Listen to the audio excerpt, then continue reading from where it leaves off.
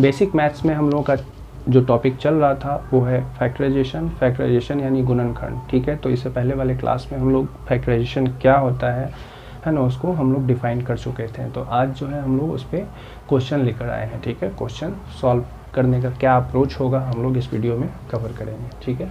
तो देखिए आज का जो टॉपिक है आपका factorising by taking out common factor, ठीक है।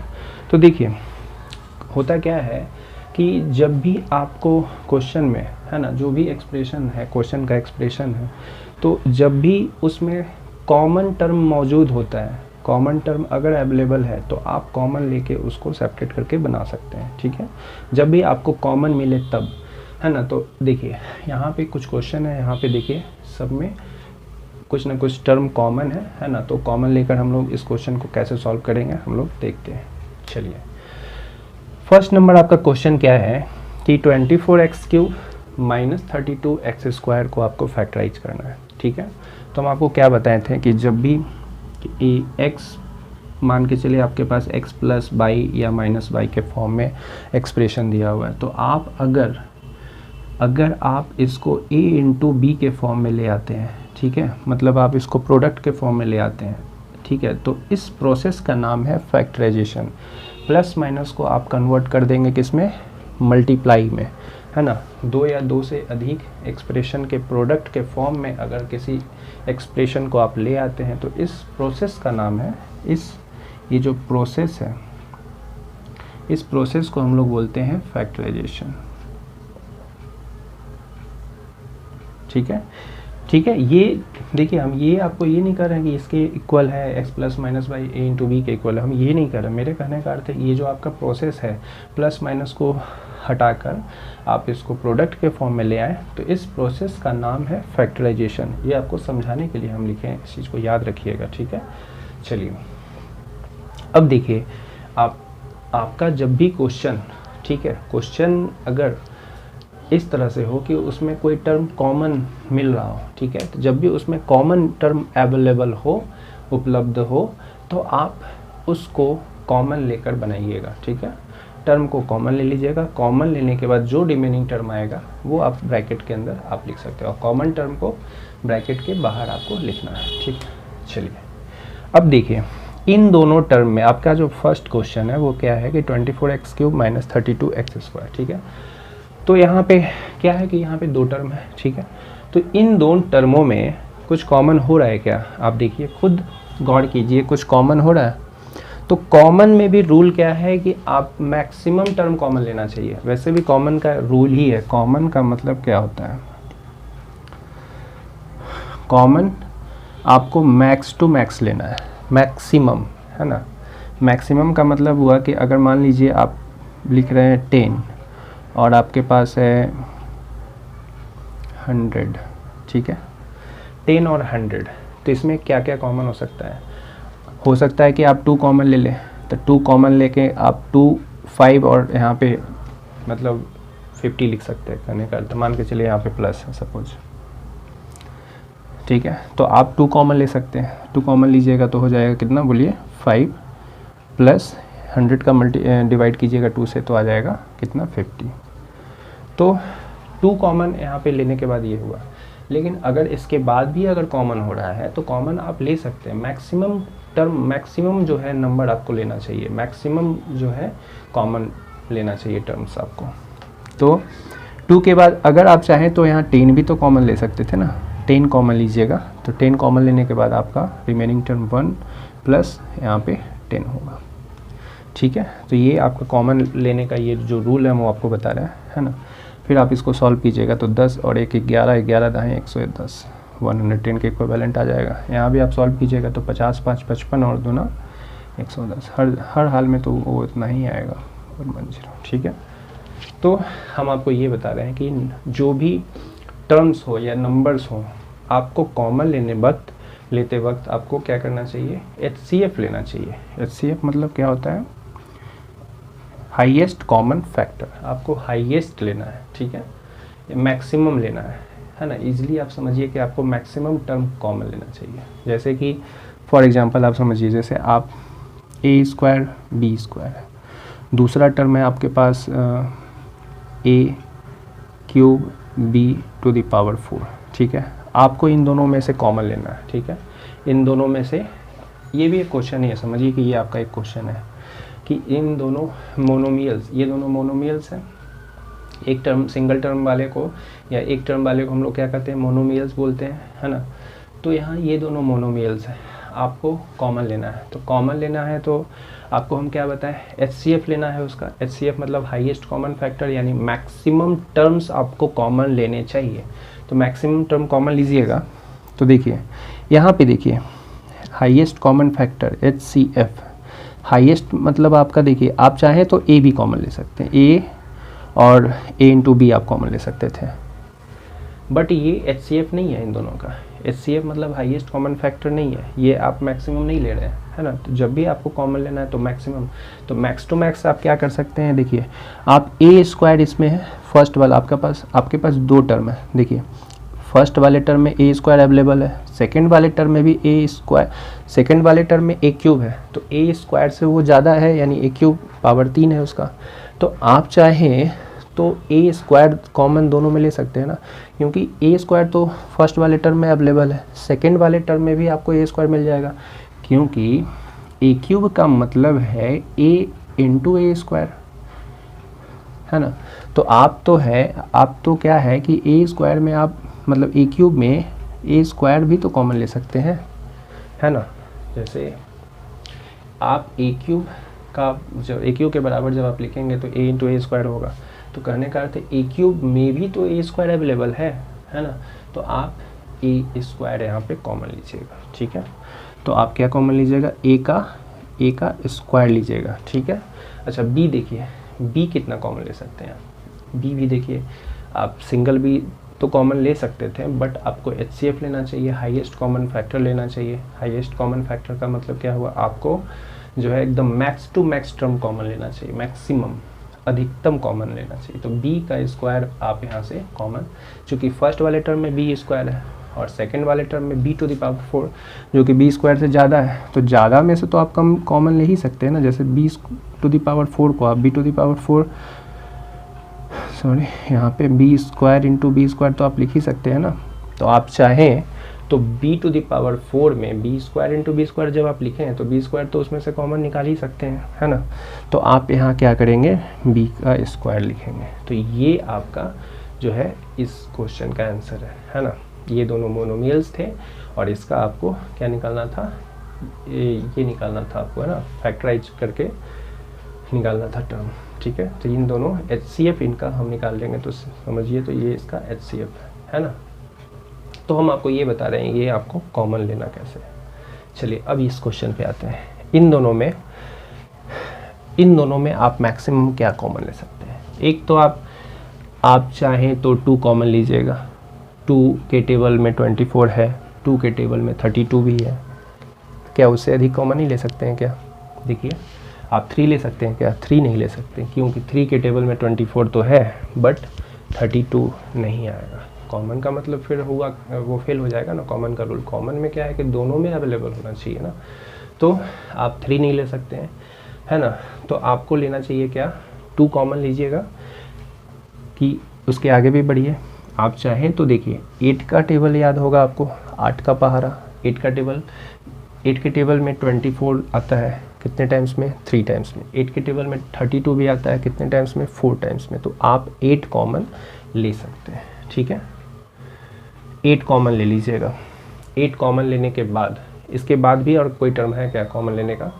देखिए ये तो आपका नंबर वाला टर्म ख़त्म हो गया। अब इसके बाद जो टर्म है वो x है, x के टर्म में है। तो देखिए x क्यूब है फर्स्ट वाला टर्म। देखिए प्लस माइनस से सेपरेट होने के बाद टर्म डिसाइड होता है। जैसे कि मान लीजिए आपके पास है a plus minus b plus minus c plus minus d। कहने का अर्थ है यहाँ माइनस भी हो सकता है प्लस भी हो सकता है। तो ये हम ये बताना चाह रहे हैं कि यहाँ पे कितना टर्म है, टर्म बताइए। तो आप प्लस माइनस से टर्म डिसाइड होता है सेपरेट होने के बाद। तो आप काउंट कीजिएगा तो 1 2 3 4 यहाँ पे 4 टर्म है, ठीक है। जैसे कि x square plus 5x minus 3y minus, ठीक है, इतना ही कर देते हैं। इसमें बताइए कितना टर्म है। तो यहाँ पे टर्म कितना है, देखिए 1 2 3, ठीक है। यहाँ पे आपका 3 टर्म है। अच्छा, मान लीजिए आपका लिखा हुआ है x square plus 5x plus 2x। अब बताइए यहाँ पे कितना टर्म है। तो कुछ लोग यहाँ पे बताएंगे कि 3 टर्म है, लेकिन वो गलत होंगे, है ना। यहाँ पे 2 ही टर्म है। कैसे? आप इसको सॉल्व भी तो कर सकते थे, है ना। आप इसको सॉल्व करके लिखिएगा तो ये दोनों चूँकि लाइक टर्म है तो आप इसको ऐड करके लिखिएगा, 5 और 2 7, 7x लिखिएगा, ठीक है। तो यहाँ पे फाइनली आप देख रहे हैं कि 2 ही टर्म है। कितना टर्म है? 2 टर्म है, ठीक है। तो ये सब बेसिक जानकारी है, ये सब चीज़ आप लोगों को पता होना चाहिए। चलिए, इन दोनों में आप कॉमन ले लिए 8, उसके बाद आप कॉमन ले सकते हैं x का स्क्वायर। देखिए, x स्क्वायर कॉमन लीजिएगा। क्यों x स्क्वायर? x ही क्यों नहीं लिए? तो x इसलिए नहीं लिए क्योंकि x के बाद भी आप कुछ कॉमन ले सकते थे। जैसे कहने का अर्थ है एक x तो दोनों में अवेलेबल आपको दिख रहा है, लेकिन 2x भी तो दोनों में अवेलेबल है। सेकेंड वाले टर्म में भी 2 x है, ये फर्स्ट वाला टर्म में तो इसमें 3x है। जैसे कहने का अर्थ है एक्स क्यूब का मतलब क्या है? x इंटू एक्स, यानी इसके पास 3 x है ना। ट्रिपल टाइम्स x है इसके पास, है ना, फर्स्ट वाले में। और सेकंड वाले में क्या है कि आपका एक्स स्क्वायर, यानी एक्स स्क्वायर को आप x इंटू एक्स लिख सकते हैं, यानी इसके पास 2 x अवेलेबल है। तो इस तरह से आप समझिए, तो इसके पास 2 x अवेलेबल है, इसके पास 3 x अवेलेबल है ना। तो आप कम से कम 2 x तो दोनों में अवेलेबल है ना, ये 2 x तो दोनों में अवेलेबल है ही, तो ये आपका कॉमन हो गया, है ना। x इंटू एक्स यानी एक्स स्क्वायर आप कॉमन ले लिए। कॉमन लेने के बाद जो रिमेनिंग टर्म होगा वो अंडर ब्रैकेट आप लिखिएगा। रिमेनिंग टर्म का डिसीजन आप कैसे लेंगे?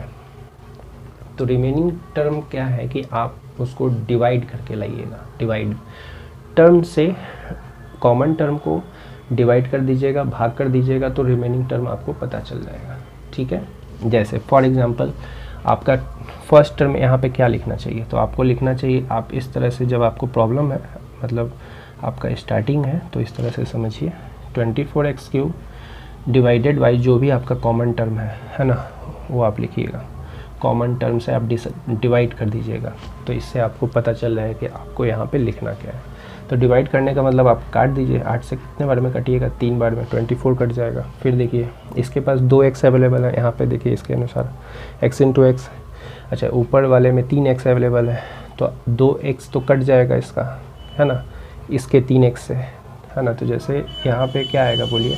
वैसे भी इस चीज़ को याद रखिएगा, ऐसे समझिए कि मान लीजिए आपका x to the power m divided by x to the power n लिखा हुआ है, ठीक है। तो ये फार्मूला आप यहाँ पे याद रखिएगा कि x to the power m minus n हो जाता है, ठीक है। ये आप रूल याद रखिएगा कि x to the power m divided by x to the power n हो, तो इसको आप लिख सकते हैं x to the power m minus n। जब ये बेस सेम होता है तो पावर घट जाता है, जब आप डिवाइड कर रहे होते हैं तब बेस सेम होना चाहिए। ऐसा नहीं कि यहाँ पे x है और यहाँ पे y है, ऐसा नहीं होगा, ठीक है। जब भी होगा तो दोनों में x होना चाहिए, ठीक है। जैसे कि आप x to the power 10 divided by x to the power 7 लिखे हुए हैं, तो आप इसको सॉल्व करना चाहेंगे तो कैसे लिखेंगे? x to the power 10 minus 7 लिखेंगे, ठीक है, इस फॉर्मूला के अकॉर्डिंग, ठीक है। तो ये हो जाएगा x टू द पावर 10 में से 7 घटेगा तो 3 आ जाएगा, ठीक है। तो कहने का अर्थ ये हुआ कि आप यहाँ पर भी वही करेंगे, ठीक है।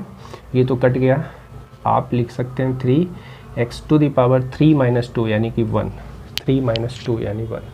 वैसे भी समझ लीजिए, इस तरह से अभी आप ला सकते थे, नहीं तो आप काट सकते थे कि इसके पास 2 x है, इसके पास 3 x है, तो इसका ये पावर इसको हटा देगा, है ना। तो यहाँ पे x रिमेनिंग टर्म होगा, ठीक है। तो आप इस रिमेनिंग टर्म को यहाँ पे लिख दीजिएगा डिवाइड करके, जो आपका आया है, क्या आया है? 3x आया है, 3x आया है, ठीक है। अब फिर ये अगर माइनस है तो माइनस लगा दीजिएगा, अगर क्वेश्चन में प्लस होता तो आप प्लस लगाते हैं, ठीक है। फिर उसके बाद सेकेंड जो टर्म है ना, उसको आप 8x² से अगेन डिवाइड कीजिएगा। तो 8 के टेबल में आप डिवाइड ना करके भी आप मतलब डायरेक्टली भी कर सकते हैं, अपने मन में भी आप चेक कर सकते हैं। 8 के टेबल में 32 कितने टाइम्स में आता है? 4 टाइम्स में आता है, तो 4 आप लिखेंगे, ठीक है। उसके बाद x² में से आप x² कॉमन ही ले लिए हैं, तो आपके पास तो फिर x² बचेगा ही नहीं, तो यही आपका आंसर आ जाएगा, ठीक है। चलिए, अब क्या है कि इस क्वेश्चन का आंसर तो आ गया, अब हम ये जानना चाहते हैं कि क्या ये आंसर सही है। तो इस चीज़ को भी आप चेक कर सकते हैं। तो इसको चेक करने का क्या तरीका है ना, उसका डिफिनेशन क्या कहता है कि आप जो फैक्टराइजेशन है वो मल्टीप्लिकेशन का ही इन्वर्स प्रोसेस है। तो कहने का अर्थ है कि अगर आप इसको मल्टीप्लाई करिएगा, जो आप आंसर लाए हैं उसको मल्टीप्लाई करने पे ये वाला टर्म आपका क्वेश्चन वाला टर्म एक्सप्रेशन आ जाना चाहिए। तो आप देख लीजिए करके, ठीक है। तो आप मल्टीप्लाई करिए, इसके बाद हम आपको ये चेक करना बता रहे हैं, ये आंसर आ चुका है। चेक कैसे करेंगे कि आपका आंसर सही है, तो इसका मल्टीप्लाई आप कराइएगा। 8x² का 3x है, आप लिख दीजिए आप ऐसे 8x² इंटू 3x आप लिखेंगे। इसका मल्टीप्लाई ब्रैकेट में जो दो टर्म है दोनों से होगा। फिर 8x² का मल्टीप्लाई आप इससे भी करेंगे, तो आप लिखेंगे ना 8x² हम इंटू 4। अब आप इसको सॉल्व कीजिएगा तो 8 3 24, x के पावर में 2 और इंटू x के पावर में 1, x के पावर में कितना हो जाएगा 3। क्यों होगा इस चीज़ को भी समझिए। फिर होता क्या है कि x to the power m into x to the power n रहता है, तो आप क्या करते हैं इस चीज़ को याद रखिएगा। जब भी बेस सेम रहे, हम आपको एक्सपोनेंट के चैप्टर में बता चुके हैं, आप जाके वीडियो में चेक कर सकते हैं, ठीक है। तो जब भी x to the power m हो into x to the power n हो, है ना, तो आप यहाँ पे लिख सकते हैं x to the power m plus n, ठीक है। बेस सेम रहने पे पावर ऐड हो जाता है, बेस सेम रहने पे पावर ऐड हो जाता है कब, जब आप उसको मल्टीप्लाई कर रहे होते हैं तब, ठीक है। फॉर एग्जाम्पल x के पावर में 10 इंटू एक्स के पावर में 9, यहाँ पे दोनों का बेस सेम है, दोनों मतलब एक ही बेस है, x है ना। तो तब जाकर इसके पावर को आप जोड़ के डायरेक्टली 10 और 9 10 प्लस 9 यानी x टू द पावर 19 लिख सकते हैं, ठीक है। तो यहाँ जो होगा क्या होगा बोलिए, x टू द पावर 2 और x टू द पावर 2 और x टू द पावर 2 के पावर में यहाँ कुछ नहीं यानी 1 है। जैसे x लिखा हुआ है तो x का मतलब x टू द पावर 1 है, ठीक है। y लिखा हुआ है तो y का मतलब y टू द पावर 1 है। 7 लिखा हुआ है तो 7 का मतलब 7 टू द पावर 1 है, ठीक है। उसी तरह से ये आपका 1 हुआ तो 2 और 1 जोड़िएगा तो 3 आ गया। फिर आप यहाँ पे सेकेंड वाला टर्म आप लिख दीजिएगा, माइनस का टर्म लिखने के बाद 8 चौको 32 32 x का स्क्वायर। तो ये आपका आंसर देखिए क्या आंसर आता है, तो यहाँ से आप इसको क्रॉस चेक कर लीजिए, आप इसको देखिएगा तो आंसर आपका आ चुका है, यानी कि आपका जो आंसर है वो सही है, ठीक है। चलिए अब इस क्वेश्चन को देखते हैं। अब ये चूँकि आप बेसिक समझ चुके हैं तो अब इस क्वेश्चन को तो आसानी से डील कर सकते हैं। अब देखिए इन दोनों में कुछ कॉमन टर्म क्या है, कॉमन टर्म देखिए कुछ है क्या, बोलिए 3 है ना। हम आपको कॉमन के लिए क्या बताएं, मैक्सिमम आपको कॉमन लेना चाहिए, मैक्सिमम है ना। तो मैक्सिमम देखिए 2 कॉमन हो सकता है क्या, बिल्कुल नहीं हो सकता, क्योंकि 2 के टेबल में 15 भी नहीं आता है और ना ही 21 आता है। तो उसके आगे बढ़िएगा 3 लीजिएगा, 3 कॉमन लीजिएगा तो 3 के टेबल में 15 आता है, 3 के टेबल में 21 आता है, तो आप 3 कॉमन ले सकते हैं, ठीक है। तो आप 3 कॉमन ले लीजिएगा। कॉमन लेने के बाद और भी देखिएगा कि आगे और भी कोई टर्म है जो कॉमन हो रहा है, तो देखिएगा यहाँ पे a है, यहाँ पे a स्क्वायर है। फर्स्ट वाले टर्म में a अवेलेबल है, सेकेंड वाले टर्म में देखिए हम आपको क्या बताए थे, प्लस माइनस से टर्म डिसाइड होता है। यहाँ पे माइनस से सेपरेट होकर 2 टर्म बना, तो हम इसलिए इसको फर्स्ट टर्म कंसीडर करते हैं और ये सेकेंड टर्म हो जाता है, ठीक है। चलिए तो हम ये बता रहे हैं कि फर्स्ट वाले टर्म में आप देख रहे हैं कि a अवेलेबल है, सेकेंड वाले टर्म में आपका अवेलेबल क्या है a स्क्वायर। तो आप एक a तो दोनों में कॉमन हो सकता है ना, तो आप a कॉमन ले लिए। साथ ही साथ और भी देखिएगा आगे जो भी पॉसिबिलिटीज़ कॉमन का है वो आप उसको नज़रअंदाज नहीं कर सकते हैं, ठीक है। तो आप देखिए b स्क्वायर है, यहाँ पे देखेंगे तो b है, तो आप एक b तो कम से कम दोनों में अवेलेबल है, तो आप एक b कॉमन ले लीजिए। कॉमन लेने के बाद जो रिमेनिंग टर्म होगा वो आप लिखिएगा। तो रिमेनिंग टर्म का डिसाइड आप कैसे करते हैं, आप टर्म्स को कॉमन टर्म से डिवाइड कर देते हैं। तो रिमेनिंग टर्म लाने के लिए है ना, रिमेनिंग टर्म लाने के लिए आप क्या करते हैं, रिमेनिंग टर्म लाने के लिए आप क्या करते हैं, टर्म्स जो भी टर्म्स है उसको आप डिवाइड करते हैं किससे, बोलिए कॉमन टर्म से, कॉमन टर्म्स। इसको याद रखिएगा, रिमेनिंग टर्म, रिमेनिंग टर्म मतलब बचा हुआ टर्म, ठीक है। हम शॉर्ट में REM लिख दिए, रिमेनिंग होगा, ठीक है। रिमेनिंग टर्म जो होगा वो terms divided by common term. Terms का मतलब जो भी टर्म है दोनों टर्म को लेके चलना है, इसलिए ऐसा लगाए है ना। तो कहने का अर्थ रिमेनिंग टर्म का डिसीजन इससे होता है कि आप कॉमन है ना टर्म को कॉमन टर्म से डिवाइड कर देते हैं, ठीक है। तो आप कॉमन से टर्म से डिवाइड कीजिएगा तो कितना आएगा बोलिए 15ab² है ना, तो आप डिवाइड कीजिएगा। तो 3 के टेबल में आप ऐसे भी चेक कर सकते हैं, 3 के टेबल में 15 कितने टाइम्स में आता है, बिल्कुल 5 टाइम्स में आता है, आप जानते हैं 3 5 जब 15 होता है। फिर आप देखिए कि आप ab² में ये तो कांस्टेंट टर्म हो गया, न्यूमेरिक जो भी नंबर है उसका तो डील हो गया। अब जो उसमें लिटरल्स है ना, उस पर भी आप काम करेंगे ना। तो ab² में आप a कॉमन ले लिए, तो इसके पास तो a नहीं रहे बचेगा ना, तो आप a नहीं लिखेंगे, है ना। फिर b² में से जब आप b कॉमन लीजिएगा तो आप b एक लिख दीजिएगा, एक b लिखिएगा, क्योंकि फर्स्ट वाले टर्म में b का 2 पावर है और आप एक उसमें से एक भी कॉमन ले चुके हैं, तो एक भी तो उसमें रहेगा ही ना, ठीक है। नहीं तो आप ऐसे चेक कर लीजिए, ऐसे चेक कीजिए आप 15ab²। हम आपको क्या बताएं कि रिमेनिंग टर्म के लिए आप टर्म्स को डिवाइड करते हैं, किससे, टर्म्स को डिवाइड करते हैं कॉमन टर्म से। कॉमन टर्म आपका क्या है, बोलिए कॉमन टर्म क्या है, बिल्कुल 3ab।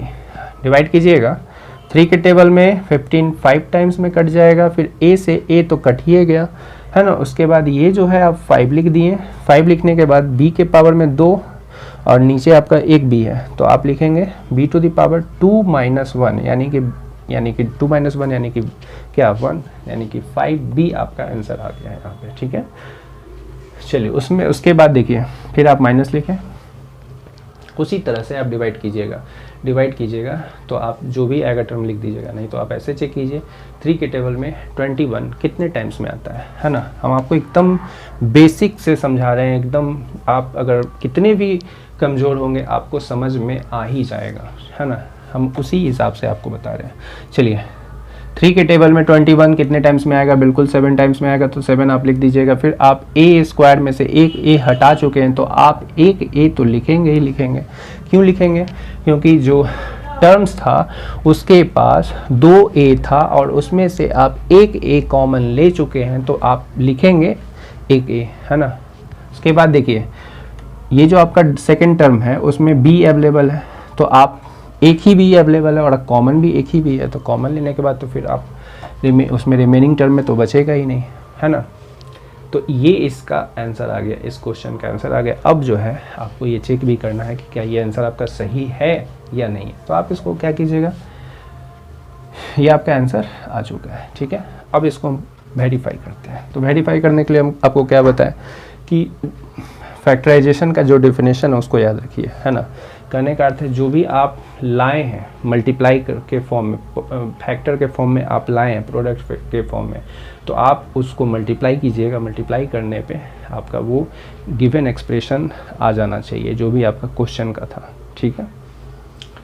क्योंकि फैक्टराइजेशन क्या होता है, रिवर्स प्रोसेस होता है मल्टीप्लिकेशन का, है ना। तो प्रोसेस के अकॉर्डिंग हम लोग तो फैक्टराइज कर ही दिए हैं। तो कहने का अर्थ है जब आप इसको मल्टीप्लाई कराइएगा तो वो आपका ये एक्सप्रेशन देखिए, मल्टीप्लाई करके देखिए 3 5 जा 15 a, देखिए 3ab इंटू 5b कीजिएगा तो 3 5 जा 15, फिर a एक a और b इंटू b का स्क्वायर, ऐसे लिखिएगा ना, ठीक है।